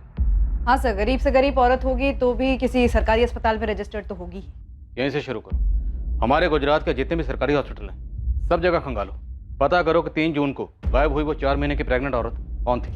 बाकी पैरामीटर्स हैं हमारे पास मैच करने के लिए। जी सर, पूरे स्टेट में सैकड़ों सरकारी अस्पताल हैं जहां लाखों यंग औरतें 4 महीने प्रेग्नेंट रही होंगी। तो माना का दायरा काफ़ी फैला हुआ है, लेकिन करना तो पड़ेगा ना। सरकारी हॉस्पिटल के साथ साथ जितने भी प्राइवेट हॉस्पिटल हैं और क्लिनिक्स हैं, सब जगह खंगालो, सब जगह पता करो। जी सर, हितेन का फोन था। उसके खबरी बल्लू और राजू रामजी पटेल और नईम खान को फॉलो कर रहे थे। रामजी पटेल और नईम खान के बीच में एक मीटिंग हुई।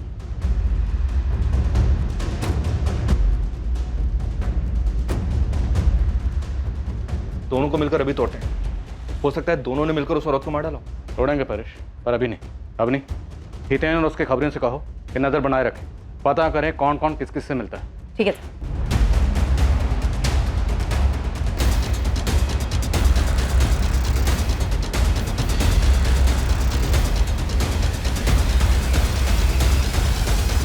रामजी पटेल और नईम खान क्यों मिले? गराज के बहाने फैज आखिर कहां गया था? इन सभी सवालों के जवाब बहुत जल्द सामने आने वाले हैं। और दूसरी तरफ मैटरनिटी क्लिनिक्स के विशाल समंदर को खंगालने के बाद पुलिस के हाथ एक चौंकाने वाली सच्चाई लगने वाली थी, जो इस केस को सर के बल उलट कर रख दिया।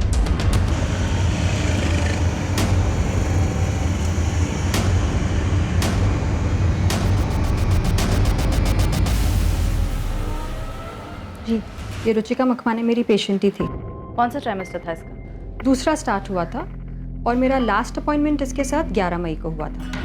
रुचिका, सब कुछ एकदम नॉर्मल है, बच्चे की ग्रोथ भी एकदम परफेक्ट है। बस मैं तुम्हें कुछ सप्लीमेंट्स लिख देती हूँ, उन्हें तुम टाइम पे लेती रहना, बाकी तो सब नॉर्मल है। डॉक्टर, अगली सोनोग्राफी की डेट क्या है? रुचिका, नेक्स्ट मंथ 3 जून को तुम्हारे 4 महीने पूरे हो रहे हैं, तो वो डेट ठीक रहेगी तुम्हारे लिए? जी थैंक यू। फिर 3 जून को तो वो आई ही नहीं। हमें उसकी बॉडी 3 जून को ही मिली, तो अगर ये लाश रुचिका की थी तो उसका मर्डर 3 जून को ही हो गया होगा। रुचिका ने कभी आपसे कोई ऐसी बात कही कि उसकी फैमिली बच्चे से खुश नहीं थी? नहीं, मुझसे तो उसने कभी भी ऐसी कोई बात डिस्कस नहीं की थी। खुश लगती थी हमेशा, एकदम नॉर्मल।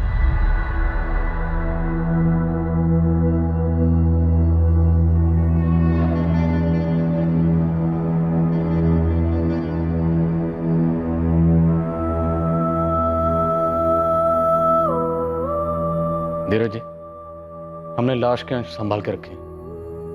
हमें आपके और बीना जी के डीएनए सैंपल्स लेने होंगे। मुझे यकीन ही नहीं हो रहा है कि रुचिका प्रेग्नेंट थी और उसने मुझे बताया तक नहीं। शायद 4 महीने पूरे होने के बाद बताने वाली थी। नहीं, वो अपने पति से बच्चा चाहती ही नहीं थी। क्यों? क्योंकि उससे मुझसे डिवोर्स चाहिए था। तुम्हारी शादी तो 1 साल पहले हुई थी। एग्जैक्टली मैं उसे यही कह रहा था सर। हमारे बीच एडजस्टमेंट प्रॉब्लम्स थे, मैं ना नहीं कहूँगा, लेकिन मैं उससे कह रहा था कि मुझे वक्त दो, वक्त दो। वक्त देने के लिए तुम्हारे पास वक्त है मोहित? रुचिका, हम इसके बारे में कल बात कर सकते हैं। मेरी कल की डेडलाइन है। तुम्हारी डेडलाइन कब नहीं होती है? कल संडे है, हम हनीमून बीच में छोड़ के आए तुम्हारी इस डेडलाइन के लिए। रुचिका, आई प्रॉमिस अगले वीकेंड ऑफ लूंगा। ओह, मतलब अगले हफ्ते 1 घंटा ऑफ लोगे सेक्स के लिए, है ना? को मुंह मत खुलवाओ, ओके? सेक्स में तो तुम्हें इंटरेस्ट ही नहीं है। कैसे होगा? मशीन हूँ क्या? कोई रोमांस नहीं, कोई घूमना फिरना नहीं, शॉपिंग नहीं, मूवी नहीं, डिनर नहीं। हम एक टीवी शो तक साथ में बैठकर नहीं देखते, बातचीत तक नहीं होती है हमारे बीच में, तो फिर कैसे होगा? हाँ तो चिल्ला क्यों रही हो? किसके फायदे के लिए? पूरी दुनिया को हमारे मैरिड लाइफ का फ्री अपडेट देने के लिए? मैरिड लाइफ वो क्या होता है? मैरिड लाइफ में जस्ट शट अप, ओके? कब से फालतू की बातें किए जा रही हो? बदतमीज। हर दूसरे दिन हमारे बीच ऐसे झगड़े होते हैं, पूरे मोहल्ले को सुनाई देते। और रही बात उसकी प्रेगनेंसी की, ये नामुमकिन है। मिस्टेक हुई आप लोगों से सर। इतने दावे के साथ कैसे कह सकते हो? क्योंकि उसे मुझसे बच्चा नहीं, डिवोर्स चाहिए था।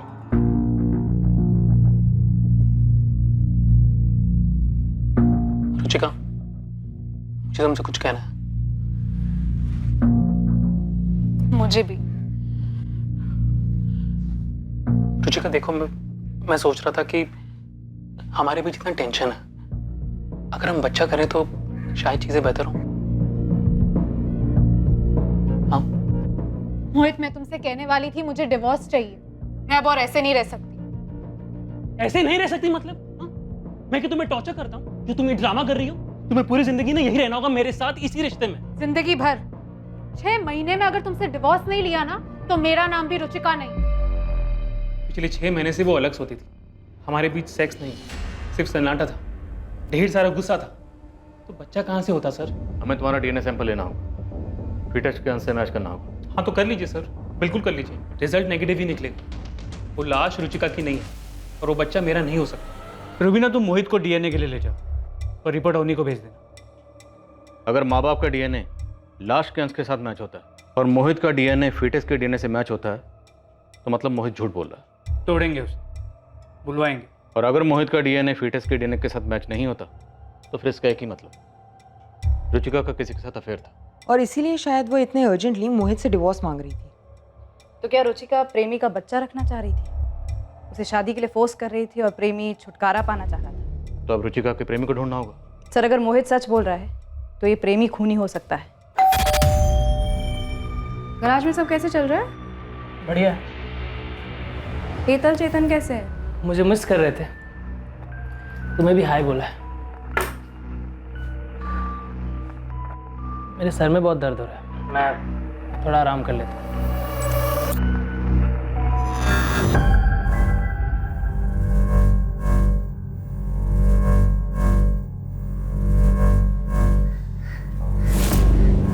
फोन पे फोन किए जा रही थी मैं। कहाँ गए थे आप? दुकान पर भी नहीं थे। एक जरूरी काम था। नहीं, कुछ छुपा रहे हैं आप? आपने मुझे बताया नहीं कि आपने मानसी को धमकी दी थी कि आप फैज को फंसाएंगे।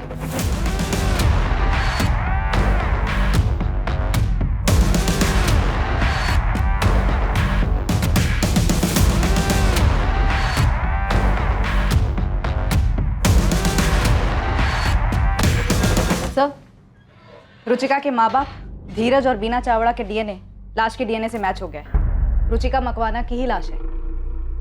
मोहित का डीएनए? फीटस से उसका डीएनए मैच नहीं हुआ। तो मतलब रुचिका के पेट में जो बच्चा था वो उसके पति मोहित से नहीं था? शायद रुचिका का जिसके साथ अफेयर था और जो उस बच्चे का बाप था, उसने रुचिका को मार दिया। रुचिका के कॉल रिकॉर्ड से कुछ मिला? All clear. हमारे स्टार खबरी हितेन और उसकी टीम को कहो मुझे आके मिले, मैं बात करूंगा। तुम कहीं जा रहे हो? सर आज क्यों? ऐसे ही।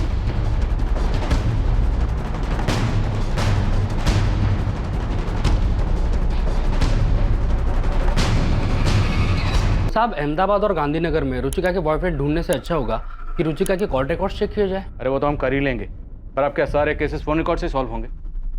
अब तो स्टैंड अप कॉमेडियंस भी हमारा मजाक उड़ाने लगे। जरा सोचो, जब ये मोबाइल फ़ोन नहीं थे तब केसेस कैसे सॉल्व होते थे? सूंघ कर, मैदान में कूद जाओ मैदान में।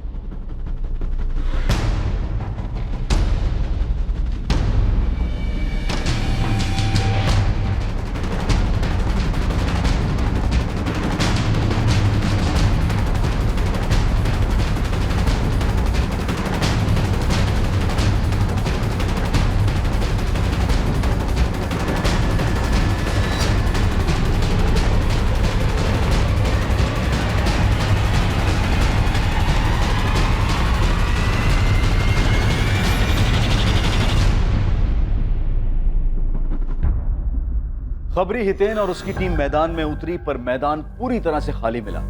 रुचिका के अफेयर का कोई नामो निशान नहीं था। दूसरी तरफ फैज के बर्ताव से मानसी बेहद परेशान थी। फैज उससे क्या छुपा रहा? फिर पुलिस को आखिरकार एक सुराग मिला, वो भी इत्तेफाक से। साहब आपने बोला था कि सूंघ के निकालो, तो फिर बस उसी फिराक में परसों रात को मैं घर से बाहर निकला। जय कृष्ण कॉलोनी में चक्कर लगा रहा था, अफेयर सूंघने की कोशिश कर रहा था साहब। तब एक अलग ही पिक्चर देखने को मिली मुझे। पिक्चर? हाँ साहब, एकदम ड्रामे वाली, वो रुचिका और मोहित के बिल्कुल बगल वाले घर से। जब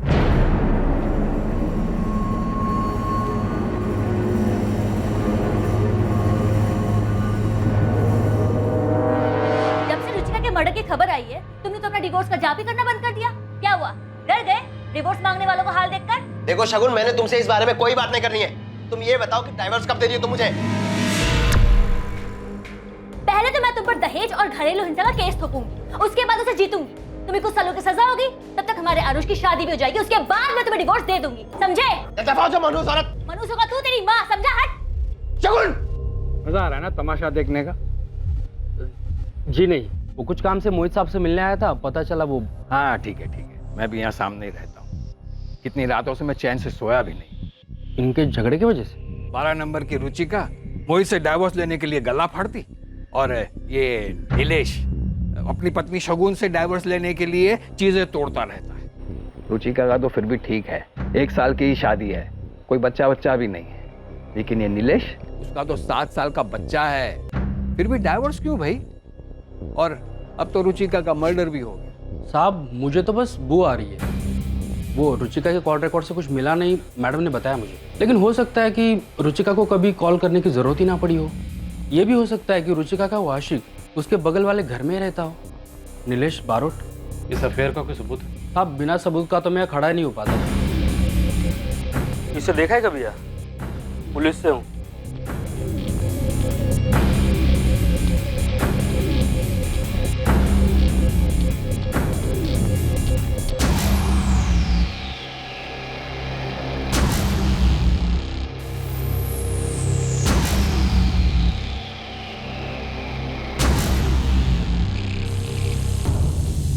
ये नीलेश का फोटो और ये नीलेश का नंबर। सब कॉल रिकॉर्ड भले ही साफ हो, लेकिन लोकेशन रिपोर्ट से बहुत कुछ हाथ आ सकता है। सर ये अपना किलर हो सकता है, पर मुझे नहीं लगता इसने ये अकेले ने किया हो।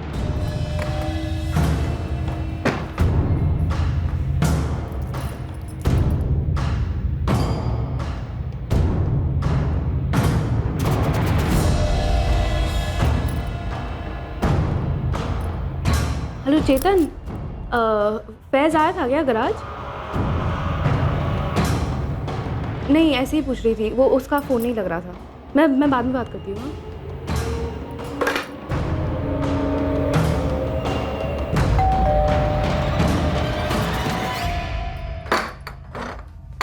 तुम गराज नहीं गए थे?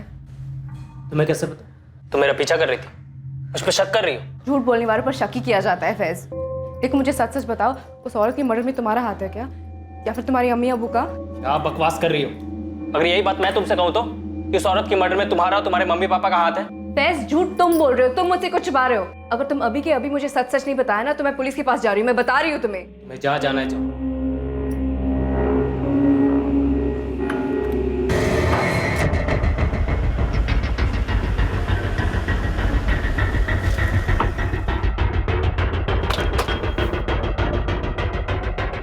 नीलेश बारोट ऑफिस में है?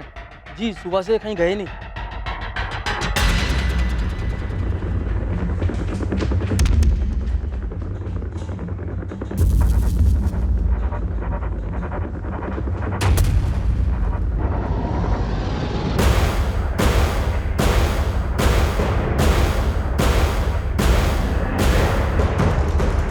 मानसी, मानसी, मानसी, सच में पुलिस के पास तो नहीं चली गई? The number you have dialed is currently unavailable.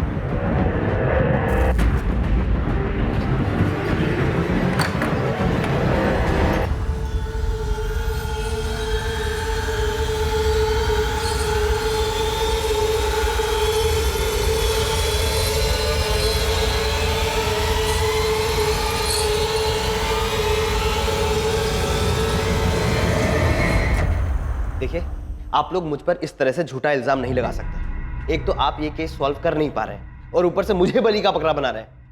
आपके किसी भी सवाल का कोई जवाब नहीं दूंगा मैं। मुझसे आपको कुछ नहीं मिलने वाला। हमारे इस लॉकअप में अक्सर मुजरिम उगलते हैं और हम सुनते हैं। आज कुछ अलग करते हैं। आज हम बोलेंगे और तू सुनेगा। तुम और रुचिका पड़ोसी थे, पड़ोसी से फिर दोस्त बने, दोस्त से फिर प्रेमी और प्रेमिका, और फिर तुम दोनों में अफेयर शुरू। ज्यादा वक्त नहीं लगा होगा करीब आने में। सब ठीक चल रहा था, पर फिर रुचिका प्रेग्नेंट हो गई। शादी करना चाहती होगी तुमसे, और तुम्हारी बीवी तुम्हारे ऊपर केस करने की बात कर रही थी। तुम दोनों तरफ से फंस चुके थे और वक्त निकला जा रहा था। नीलेश, आज 4 महीने पूरे हुए हैं। कल सोनोग्राफी है 6 बजे। मैं मोहित को सब कुछ सच सच बता देना चाहती हूँ। लेकिन रुचिका, उससे शगुन को भी तो सब कुछ पता चल जाएगा ना। उसने खुलेआम धमकी दी है, बोलती है केस ठोक दूंगी। और नीलेश, मैं अब और इंतजार करना नहीं चाहती। मैं सबको जल्द से जल्द बता देना चाहती हूँ कि मैं माँ बनने वाली हूँ, तुम्हारे बच्चे की। तुम्हारे साथ रहना चाहती हूँ। और वैसे भी कुछ दिनों में लोगों को दिखने ही लगेगा कि मैं प्रेग्नेंट हूँ। प्राणतीज में कुल मंदिर है, वहां चल करके शादी कर लेंगे। कल? लेकिन तुम्हारी बीवी, वो केस? अरे वो सब छोड़ो ना। एक बार हम लोग शादी कर लेंगे तो मोहित और शगुन को सब कुछ सच सच बता देंगे। अरे बोल देंगे प्यार करते हैं यार। You happy now? तुम इस दबाव से तंग आ चुके थे, इस रिश्ते की मुसीबत से छुटकारा चाहते थे।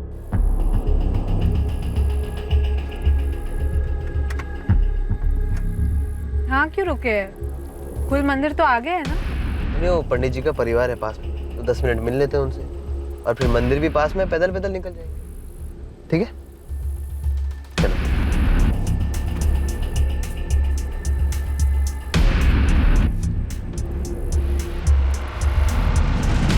बोल, कौन था तुम्हारा साथीदार? बोल। अबे बोल दे, नहीं तो चमड़ी उधेड़ देंगे तेरी। समझ में आया? और तुम्हें लगता है कि फैज का कोई हाथ हो सकता है इसमें? वो मुझसे झूठ क्यों बोल रहा है? मुझसे कुछ छुपा क्यों रहा है? और कौन शामिल था तुम्हारे इस प्लान में? ये काम तुम्हारे अकेले का तो नहीं लगता। तुमने और तुम्हारे साथी ने पहले रुचिका का कत्ल किया और फिर उसकी बॉडी को ठिकाने लगा।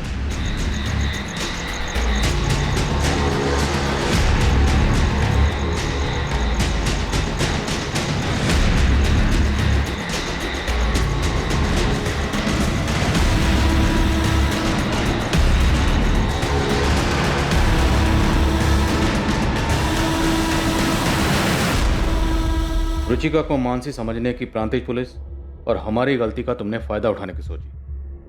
तुमने मानसी और फैज के केस को बड़ी बारीकी से स्टडी किया और फिर वो चिट्ठियां लिखी। कोई साथीदार था या ये सब अकेले ने किया? आपके पास मेरे खिलाफ एक भी सबूत नहीं है, एक भी नहीं। तुमने फैज की किसी और से बात होते हुए सुनी? कोई मिलने आया था उससे? ये भैया बस यहीं रोक दीजिए।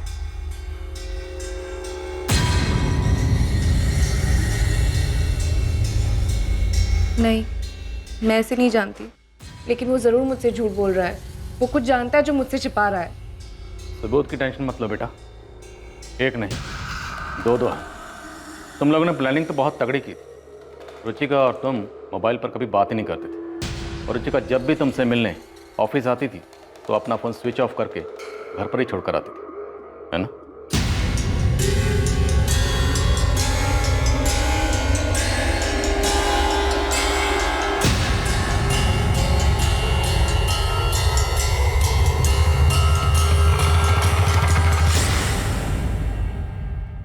पर 3 जून को तुमसे गलती हो गई।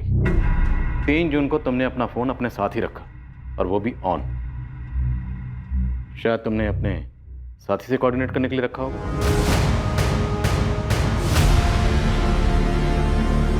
ये देख,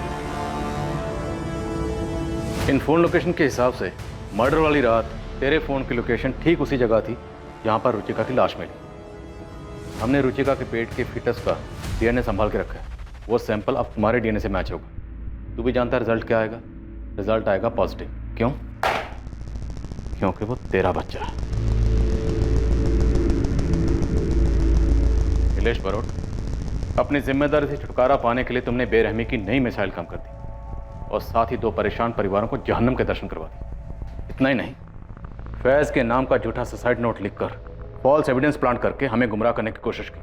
बहुत घुमा लिया तुमने। अब बोल, वरना अच्छे खासे लोगों को गायब करके उनकी लाशों को ठिकाने लगाना हमें भी आता है। बोल, मेरा साथीदार कौन था?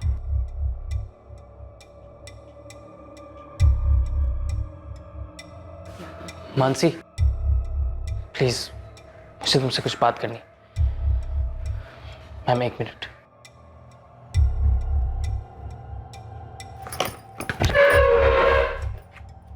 बोल, कौन था जोड़ीदार? बोल बोल बोल। मानसी,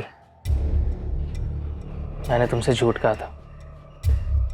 मैं गैराज नहीं गया था। बताता बोल। बताता। मेरा भाई कुंदन, और वो लेटर भी उसने पोस्ट किए थे।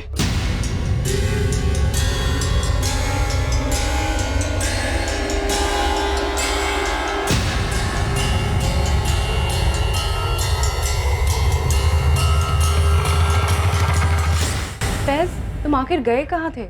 मैं अपने घर गया था अपनी अम्मी से मिलने।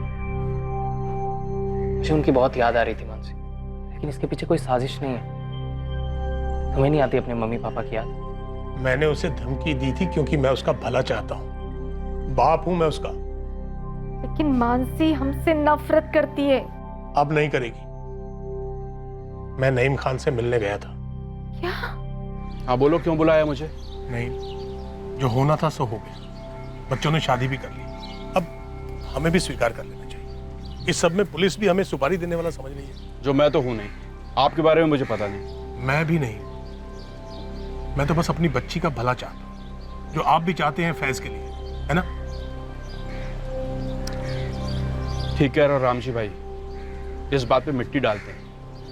इन दोनों बच्चों की मर्जी कबूल कर लेते हैं। फैज, अगर इतनी सी बात थी तो तुमने मुझे पहले क्यों नहीं बताया? तुम्हें क्या लगा कि मैं तुम्हें तुम्हारी अम्मी से मिलने नहीं दूंगी? नहीं मानसी, ऐसी बात नहीं है। तुम अपने घर वाले से मिलने नहीं चाहती थी, और मैं नहीं चाहता था कि मुझे मेरे घर जाते तक तुम्हें बुरा लगे। लेकिन हमारा प्यार सच्चा है मानसी। लेकिन हमारे माँ बाप भी तो, जो भी हुआ अपनी जगह तो वो ठीक ही थे। बगावत हमने की, हमारा भाग कर शादी करना सिर्फ उतना ही नहीं रह गया, एक मर्डर केस भी जुड़ गया। इतने परेशान हो गए ऐसे। मानसी, मुझे लगता है तुम्हें भी अपने मम्मी पापा से मिल लेना चाहिए। एटलीस्ट हम ट्राई करके तो देखें। माफी मांग लो, माँ बाप है, मान ही जाएंगे। नीलेश बारोट और उसके छोटे भाई कुंदन पर धारा 302 के तहत डबल मर्डर के चार्जेस लगे हैं, रुचिका के और उसके पेट में पल रहे बच्चे के मर्डर के जुर्म में। साथ ही धारा 120 के तहत सबूत मिटाने और पुलिस को गुमराह करने के चार्जेस भी लगाए गए हैं। मोहित मकवाना को जुडिशियल कस्टडी से रिहा कर दिया गया है और उसके खिलाफ सारे चार्जेस खारिज कर दिए गए हैं। रुचिका के पेरेंट्स को उसके अफेयर और उसके मर्डर की हकीकत को मानने में काफी समय लगेगा। फैज और मानसी ने हिम्मतनगर में ही रहने का फैसला कर लिया है। फैज अपने गराज लौटा है और मानसी ग्रेजुएशन के साथ पार्ट टाइम जॉब कर रही है। उन दोनों के परिवारों ने उन्हें सपोर्ट करने का फैसला किया है। अभी तक किसी भी बिरादरी के ठेकेदारों ने कोई खास आपत्ति नहीं जताई है। क्रिमिनल्स जितने शातिर और चालाक होते हैं उतने ही इलॉजिकल भी होते हैं, और ऐसे अनगिनत केसेस हैं जहां जुर्म करने के बाद और उसे छुपाने के चक्कर में वो खुद अपनी कब्र भी खोद देते हैं। इस केस ने एक बार फिर से साबित किया कि जुर्म कभी सफल नहीं होता, बस सिर्फ देर होती है उसे गलती की रोशनी में आने की जिसे मुजरिम कर ही बैठता है। बहरहाल इस केस में इन्वेस्टिगेशन के हाथों कुछ गलतियां और लापरवाहियां होने के बावजूद जिस तरीके से उन्होंने इस केस को हल किया वो काबिल तारीफ है। अब मैं अनूप सोनी आपसे विदा लेता हूं, फिर मुलाकात होगी एक और नए केस के साथ कल रात 11 बजे कौन बनेगा करोड़पति के बाद। और याद रखें, क्राइम और आपके बीच में सिर्फ इतना फर्क है कि आप कितने सतर्क हैं। सतर्क रहें, सुरक्षित रहें। जय हिंद। क्राइम पेट्रोल्स के और भी दिलचस्प कहानी देखने के लिए हमारे चैनल को सब्सक्राइब करें और बेल आइकॉन दबाना न भूलें।